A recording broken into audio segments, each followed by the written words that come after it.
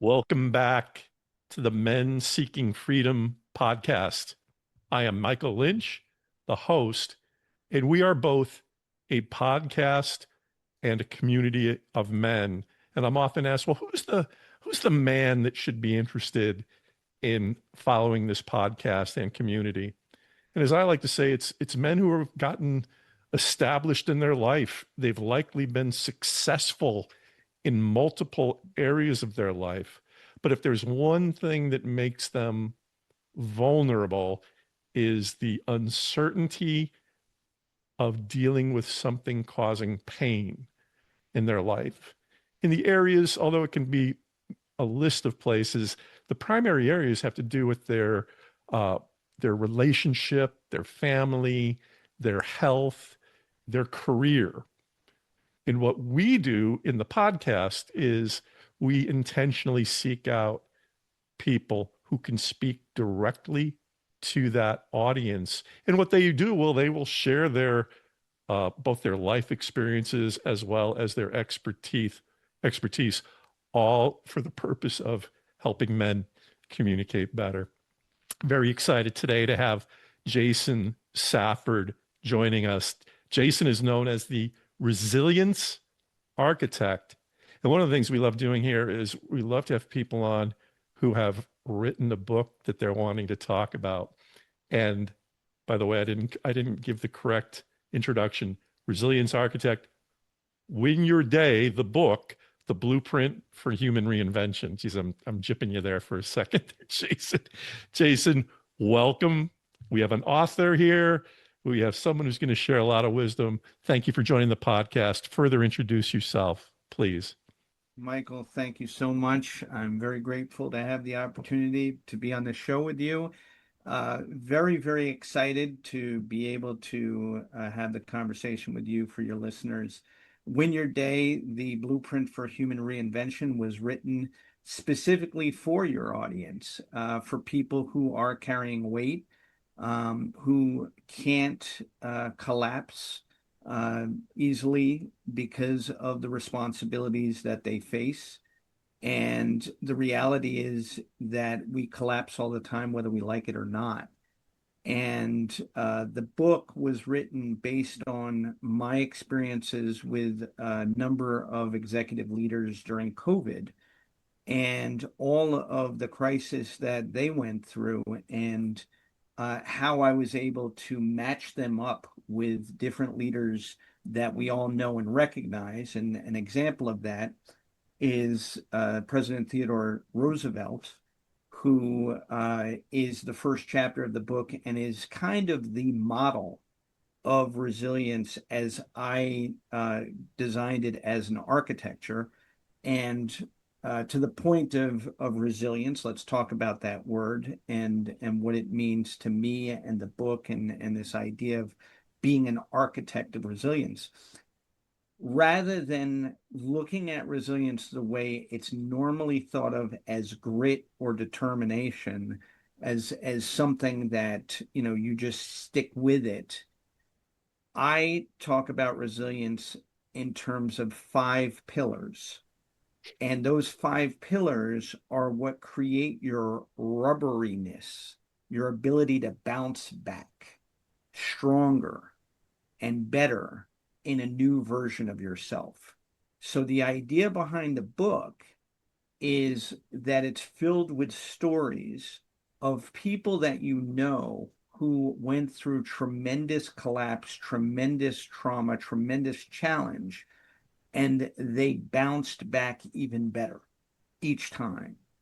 And they grew through each experience. So Theodore Roosevelt is the first chapter because his entire life was about resilience in different forms. And so those forms are tracked in terms of the five pillars I said, which are the intellectual pillar or mental pillar, the emotional pillar, the physical pillar, the spiritual pillar, and then the creative pillar.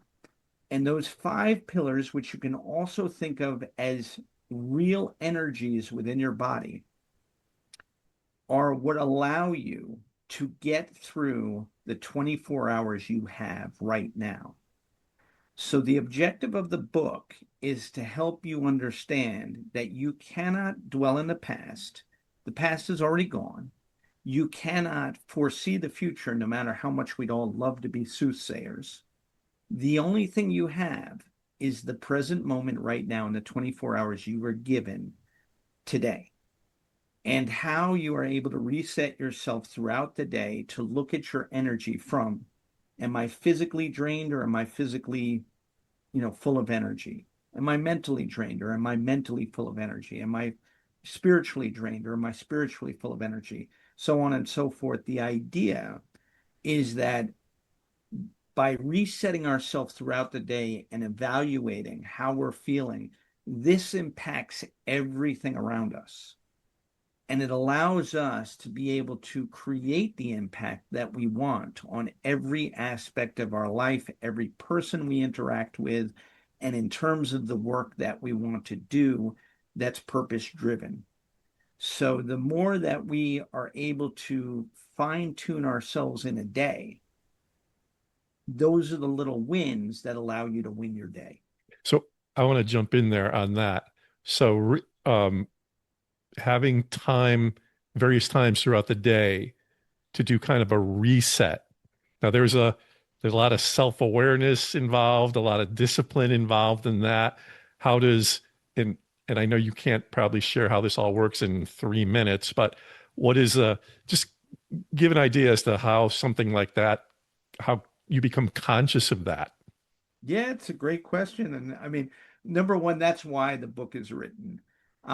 So yes, I can't necessarily share it in detail, but the main objective is I created 10 habits, and my 10 habits are not necessarily the 10 habits that anybody needs to have, but they're fundamental habits that, yes, I pulled them from other people. Some of them you will recognize, like number one, the number one habit of the book is Benjamin Franklin's methodology of getting up earlier than you want to. And yes, he's one of the stories in the book for that reason. A second habit, which a lot of people say, yeah, yeah, yeah, yeah, yeah, I do that, or it's not that important, is setting a primary mission for the day. Okay. We think we do it. But the truth is that unless you sit down in those early waking moments and really set yourself up for success by looking at, okay, I've got a calendar of events for this day and I'm going to execute them X, Y, and Z. But what's my overall purpose? What am I really trying to accomplish in this 24 hours to my bigger purpose? So that when I wake up tomorrow and the next day and the next day, the dominoes are not only falling, but I'm going on the path, the trajectory that I want for my bigger mission. And that impacts the world around you. So Jason, quick question on that. Is you're saying it's best to have to come up with the daily mission after your early rise as opposed to prior to bedtime thinking about does it matter the timing of that? it matters. And it's a great question, but it matters because at the end of the day, there's another very important habit. And Okay. I use Abraham Lincoln for that habit because his story was all about it, which is being able to finish strong.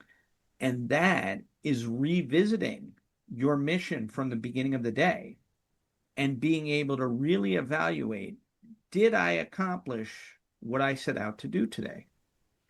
And it allows you to recalibrate, to look at what did get done, what didn't get done. Because one thing that we all know, and especially your listeners carrying weight truly experience on a daily basis, is that life happens. Life doesn't care what your mission is. Life does not care about any of the things that are going on in your calendar. Life is there to live life, and it disrupts everything that we're trying to do throughout the day. It's almost like the way that I try to explain to people that I look at the difference between life and time is that most people think that we're battling time, when the truth is we're battling life. We let time get in the way. So I just wrote down life versus time. That's one I've got to think about a little bit. So that's right. Because the truth is time is a construct. And when you live in the 24 hours you have now, you have all the time in the world.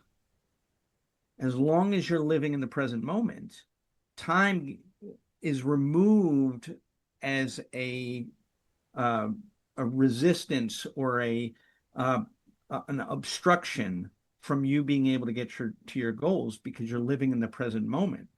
Whereas life doesn't care.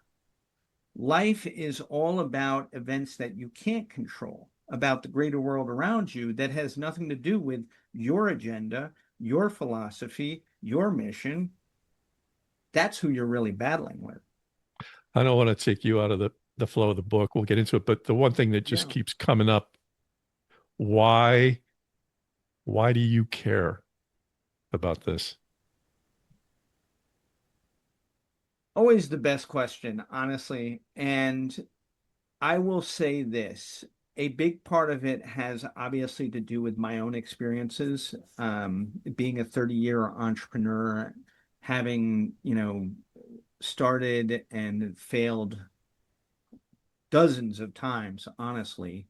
You know, having every type of failure that you could imagine, the health failures in which I wound up in the hospital, the business failures where I had partners, either sue me or, throw me under the bus in some way, relationship failures. You name it, I've probably been through it, but I've also worked with so many people who have also been with it through it, and understanding that you're not alone, number one, but number two, understanding that when you are in a position of power, when you are in a position of responsibility, and when you choose to take on that leadership role, there is a mask that we put on because society teaches us that we should be wearing a mask. And this mask is, I look strong.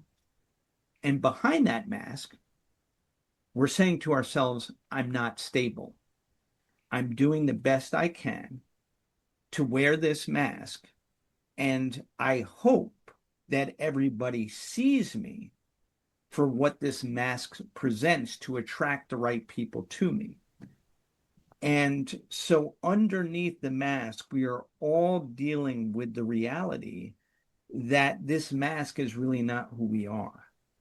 And we want to find alignment with who we are and really being able to present that rather than the mask. This particular area really, really fascinates me as a non-psychologist in that. So the way you worded that, I'm saying to myself, just thinking about the men in this audience, do men, is there awareness that I'm feeling unstable, whether they would use even words like that or not, or does it tend just to be more of an uncomfortable feeling that may require being acted on or not? Yeah, I will agree with you. And what I'll do is I'll frame it differently. I think that every man in your audience would probably say it this way. On paper, I'm doing well, but internally, I feel like I'm constantly behind, like I'm one mistake away from everything slipping. So the underlying issues that we all experience as men, especially in this society, is performance identity, fear of losing status. And what I dealt with during COVID with a lot of these leaders, and what I'm dealing with even more today, but especially when I was putting this book together, was being able to help your audience and many other people understand that you are not anxious, you are over identified with outcomes. Your stability is coming from process, not position. And so if I were to say or message this for your audience in a way that they can take for themselves, I want them to say to themselves, my value is not my title, my value is how I operate daily. And that's what Win Your Day is about.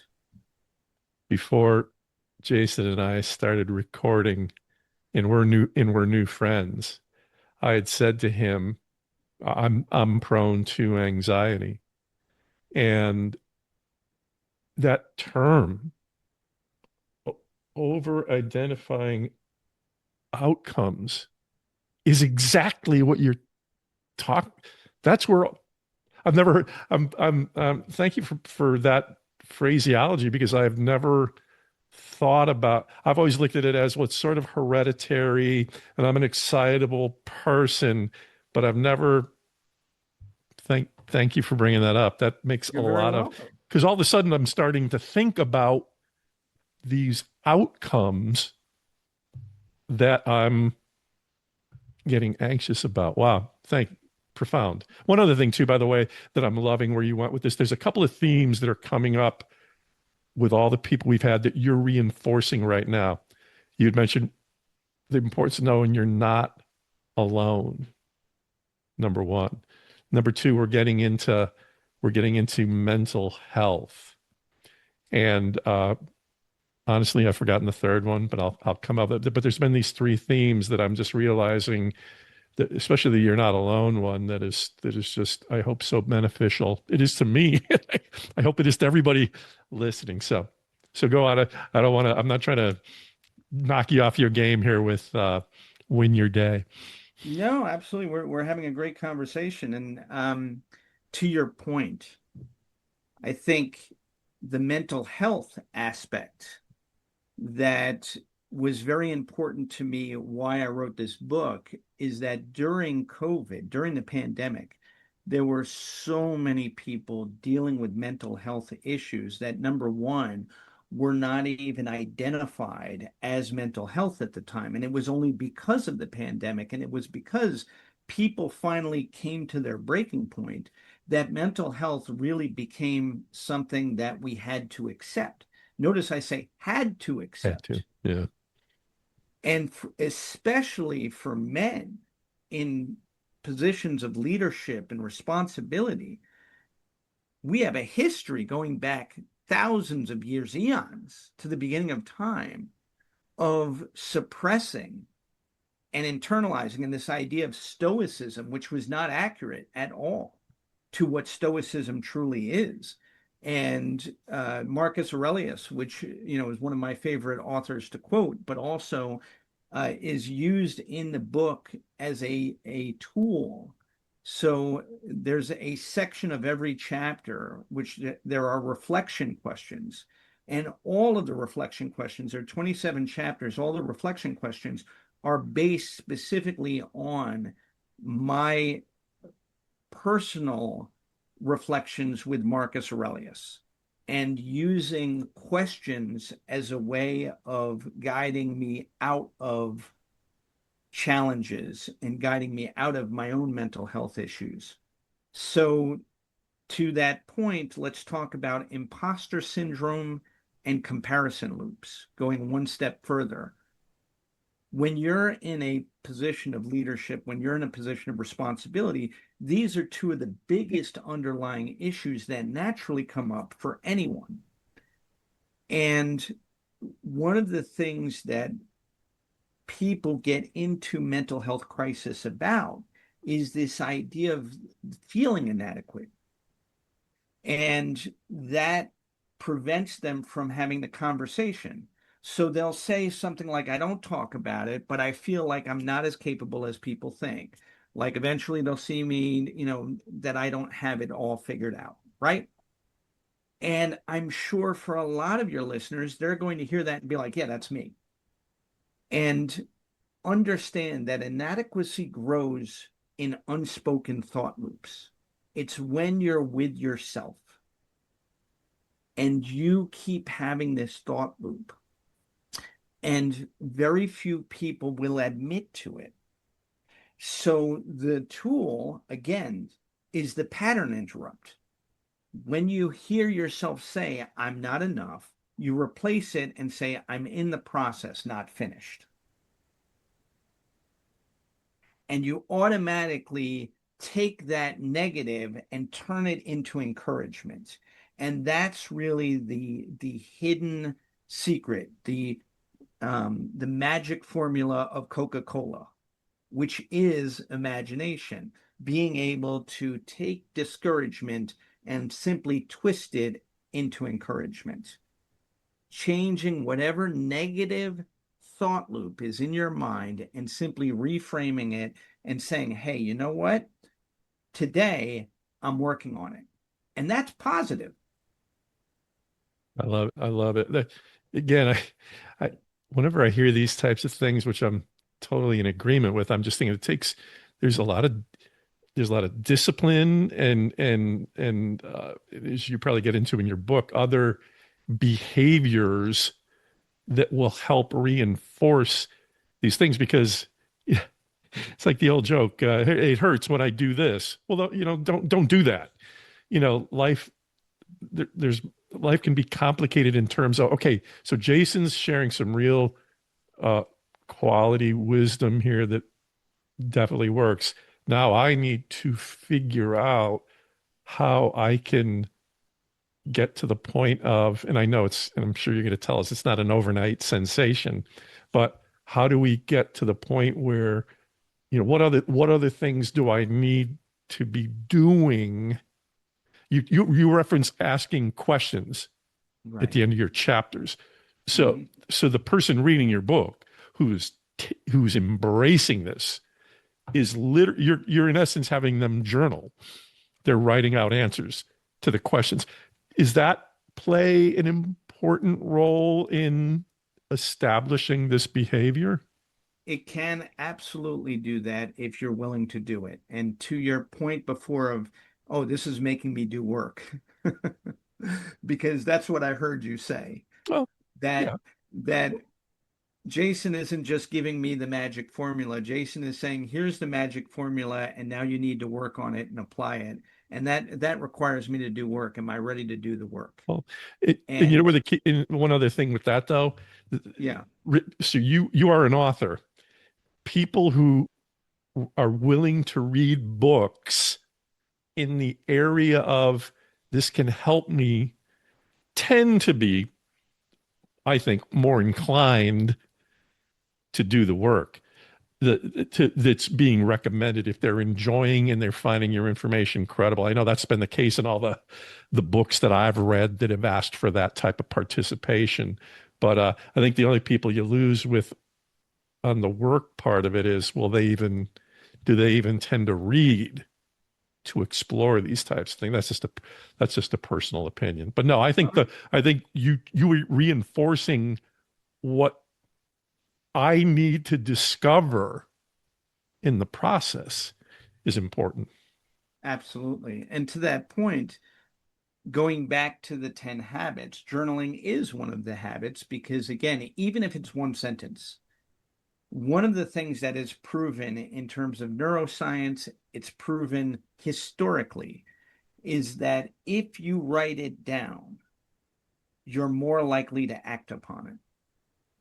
When things sit in your head, going back to the thought loops, when you get stuck in a thought loop, the first thing is to reframe it into a positive encouragement. The second thing is to write something down because now you're taking action on that positive encouragement. The third thing is then to physically move into that, whatever focus it is that your frame is. So the 10 habits of the book, which are 10 of the chapters, there is a chapter on writing. There is a chapter on reading. The chapter on writing has to do with gratitude. In fact, it's about Maya Angelou, and it's that her story, which is a phenomenal story, is one in which she took a vow of silence. And writing became her vehicle for being able to improve herself in communication. And obviously she became, an award-winning writer and, very successful poet laureate. Um, there are executives that I have coached um, that never wrote anything down. And the idea of actually writing down things that they took for granted because they had them in their head suddenly changed their life dramatically, because just getting it out of their head and onto paper, they suddenly looked at it differently. And so I want to address this from the standpoint of what you said before in terms of losing control with the world around you as well as internally. So, for a lot of people, that's usually the breaking point where they do collapse because they no longer can control what's going on inside of them. They can't shut their mind off. And, even when, things seem to be going fine for them, because this control mechanism inside them is no longer feeling balanced or even, that's when they're feeling that chronic anxiety, they're feeling that nervous system overload. And it could just be the fact that because they haven't written things down or they haven't read something to balance themselves. I also am a fitness coach. Getting people to understand that everything starts with movement, and that you could be the most out of shape person in the world. Once you start to just get consistent with your movements, you will then progress in the direction that you want to. So these 10 habits are really about understanding that the more you take action, that 1% every day that James Cleary talks about in Atomic Habits, and it compounds over the course of a year, and then you got 2000 something, some odd percent growth that happens. Well, think about it in terms of 15 minutes a day. Okay. 15 minutes a day is actually 1% of your day, believe it or not. It's 840 seconds, I think, just under the actual 15 minutes. The point behind it is that if you focused 15 minutes a day on whatever that area is that is your weakest point of these 10 habits, it could be the waking up in the morning. So you need to move the clock back 15 minutes at a time in order to get to that appointed hour early in the morning. So it might take you a week or 2 weeks to really wake up at 5 o'clock in the morning or 4 o'clock like I do. But it's that type of discipline that you install to regain control, to recognize that everything must be trained. And that is what discipline is. Discipline is training. You're training your mind, your body, your emotions, your spirit, your creativity to improve yourself to become the best version of who you want to be. So the book is made up of 5 pillars, Mm-hmm. 10 habits. Mm-hmm.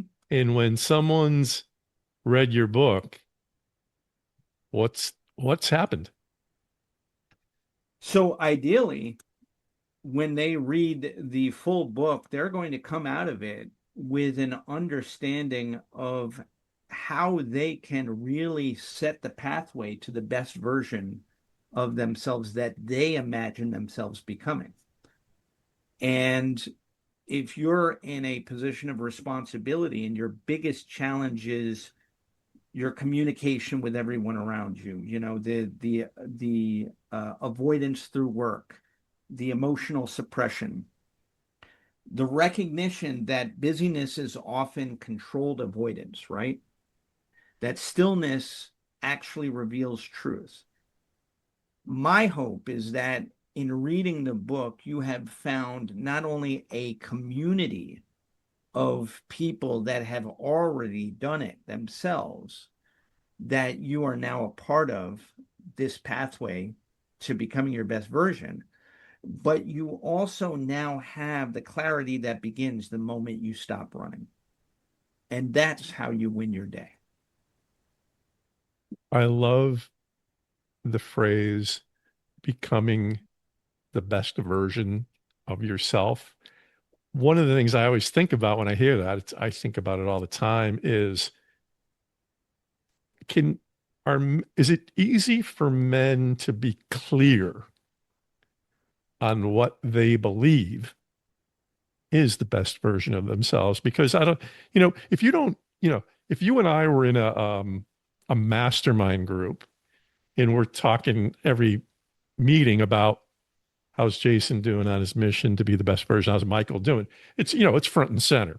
We're wired in a way to go, geez, I want to really think about what is the best version of me. Do you run into, in terms of the people you work with, do you find that there's even a process to go through to help someone write down or visualize or whatever it is, what the best version of them is? Absolutely. It's a great question. The reality is that everybody's starting from a different place, but the truth is we're all starting from the same place because our choice to start is what brings us into equality and parity. That choice is the first fundamental positive to encourage ourselves. And Mark Twain said it best, which is, the hardest part is starting. And most people would disagree because they'd be like, well, I start 1,000 things, but I never end anything. And they're looking at it from that discouragement. Well, I started this and I didn't keep with it. Maybe you weren't supposed to keep with it.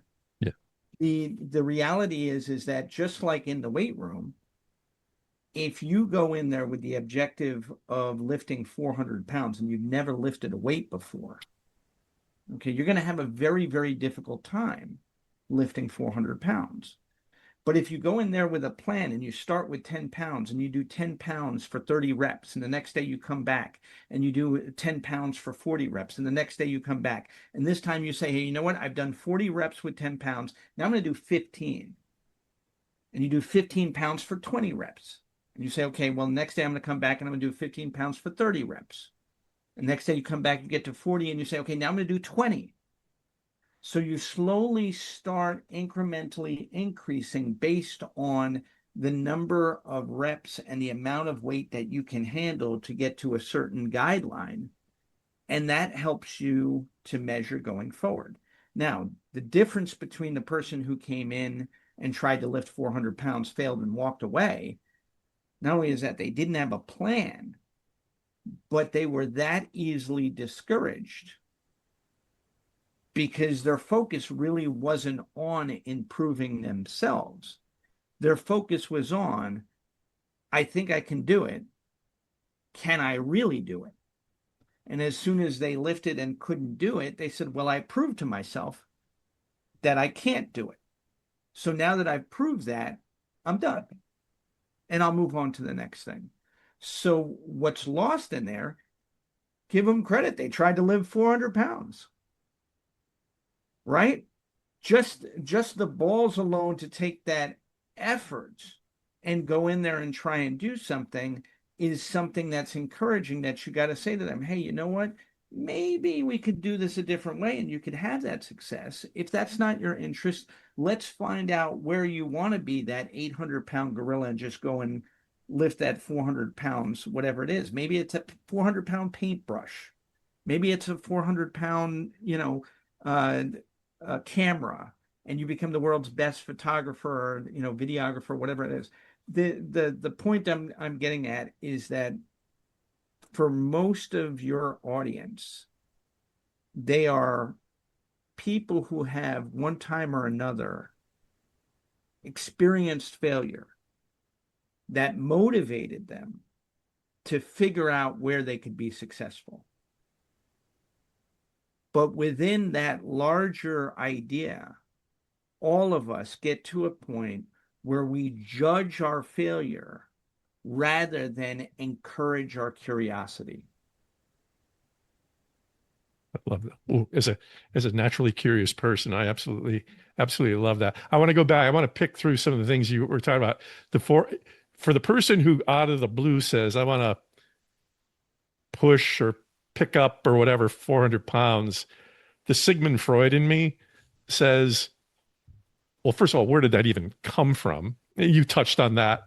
Uh, I also look at that as, is that a metaphor for the weight of something in their life that they're dealing with? That's deep. I'm not a professional to do that. The other thing I want to point out, though, for men, and this is for anybody, but as you were talking about a good behavior was starting out with doing X number of reps of X weight on day one. But what I love about that is when I was in small business coaching, I loved helping people when we could say, okay, it's been 90 days since we last did whatever. Let's write down all the things that you did in these 90 days and let's celebrate it. And it relates to what you're talking about in terms of so that, and if you keep doing that, well, all of a sudden you're a master at measuring progress that you're making, which then changes outlook toward what is possible in the next 90 days or pick the increment. So yeah, I think that's and going back to one of your things is I've always said to people when I get frustrated when I meet people who are just adamantly against reading. And for lack of a better advice, I've always said, find a book, read a page.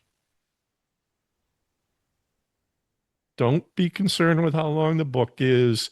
Pick a subject you're interested in. Obviously, that's a factor, an area you'd like to grow, but just read a page. And you know what's funny about that? If, after a couple of days, you go, wow, these one-page things, I might be able to do two tomorrow, you know? Thank you for letting me go off on a Yeah, no, tangent there. that was such a great quote. I'm going to use it with your permission, but I love that. Find a book, read a page. I think that that's such a wonderful thing, especially in today's age where the common uh, talk between people is that people don't read books anymore. And even as I'm, on this book campaign, this book signing, promotion campaign for my book, that's one of the things I've encountered with people is that they say, do people even read books anymore? And I say, well, if they don't, I hope that I can encourage them to with my book because I wrote it for the reader, and I've been blessed with so many reviews already online that have spoken to that they've said this book was written for the reader. It has the right font, it has the right pauses, it gives just enough in terms of stories to engage without overwhelming. I provide core lessons, the questions I told you, tools, and then there's a summary in every chapter in which the final part is literally 2 lines from me, which I call the locker room. And it's literally me as your coach in the locker room, just giving you my honest guidance on the chapter, how you apply it for yourself. And you asked before about what does somebody get out of Win Your Day? And my message really about resilience and resilience architecture is that I wrote the book to help people understand that resilience is our true human superpower. Whether you believe in a higher power, if you're religious and you have a specific name of God that you follow, or you're into mythology or dark forces, whatever it is, humans have this incredible ability to fall to the lowest depths of whatever is possible and rebound. And if you think about it from where we were before civilization exactly existed, so go back 10,000 years, go back 20,000 years, before there was technology, before there was symbols, before there was writing, when humans were literally animals in the wild. We went from being animals in the wild to now being the architects of artificial intelligence in less than 25,000 years. And when you stop and think about what we've been able to accomplish as a species, that power of resilience to overcome the depths of our worst failures is what allows us rise as a species to this civilization where, yes, we may have our wars and our battles and our contentions and our conflicts and all of the things that sell the world around us, because, yes, we buy the fear.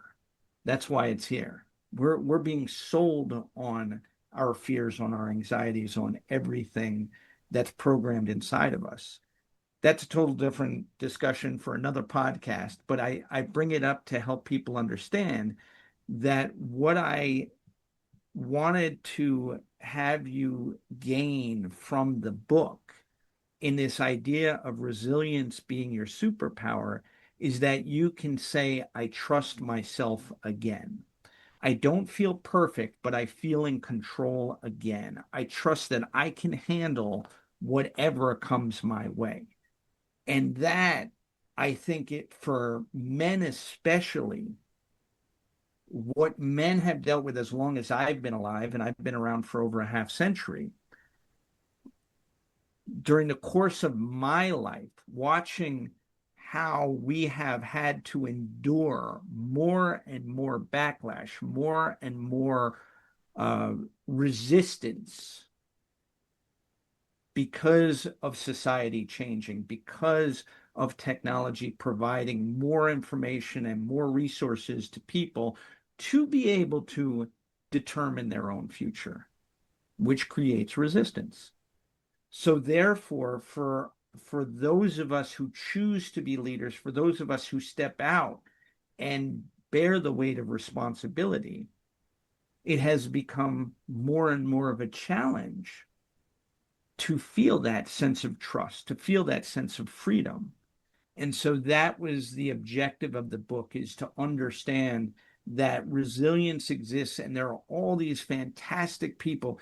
In my book, you're reading stories of Theodore Roosevelt, you're reading Nelson Mandela, you're reading Oprah Winfrey, Bruce Lee, um, uh, Elon Musk, Phil Jackson, Walt Disney, Stephen Hawking, Tom Brady, Muhammad Ali, great figures in the history from different generations. Abraham Lincoln, who I mentioned before, there are so many different leaders, and they're not all, financial business leaders. They're not all politicians. They're not all sports leaders. Again, Maya Angelou, who was a writer. Um, the objective behind bringing these people together was from the standpoint of their stories of resilience and how they overcame tremendous failures, tremendous odds. Um, Wilma Rudolph, who is the chapter on moving for physical play life, is one of the greatest stories. She rose from polio as a poor Black girl and won 3 gold medals in the 1960 Olympics. And just to think to yourself, here was a girl who could not even walk, living in poverty, and found her way into this success, and then went on from there to motivate girls for the rest of her life to believe this. I mean, it's such an amazing story. And so those are the stories that are in the book for you. Well, I think I love the phrase, it's an affirmation even. I trust myself again. So we're going to go back to your book now and promote where people can get it.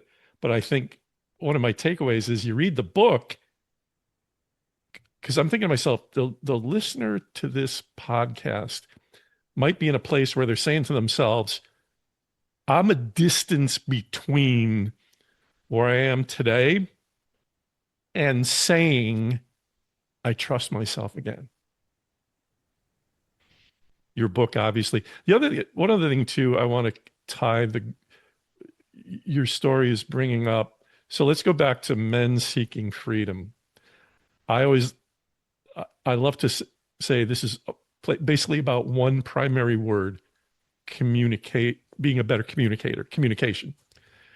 Here's my sales pitch for reading books, not just Jason's. I didn't start reading until 12, 13 years ago. It was kind of embarrassing that I didn't. It was embarrassing to me. And I started learning all these crazy benefits that came from it, and increased knowledge, increased ability to relate to people you don't know, or if you find something in common, you're like, oh, you ever read this author? Or do you believe in this subject? You know, but reading to me helps you communicate better because you're studying masters, including you, of communication. So in just hearing how you tell your story, or reading how you tell your story, reading how you give advice, reading how you instruct people to get the most out of this,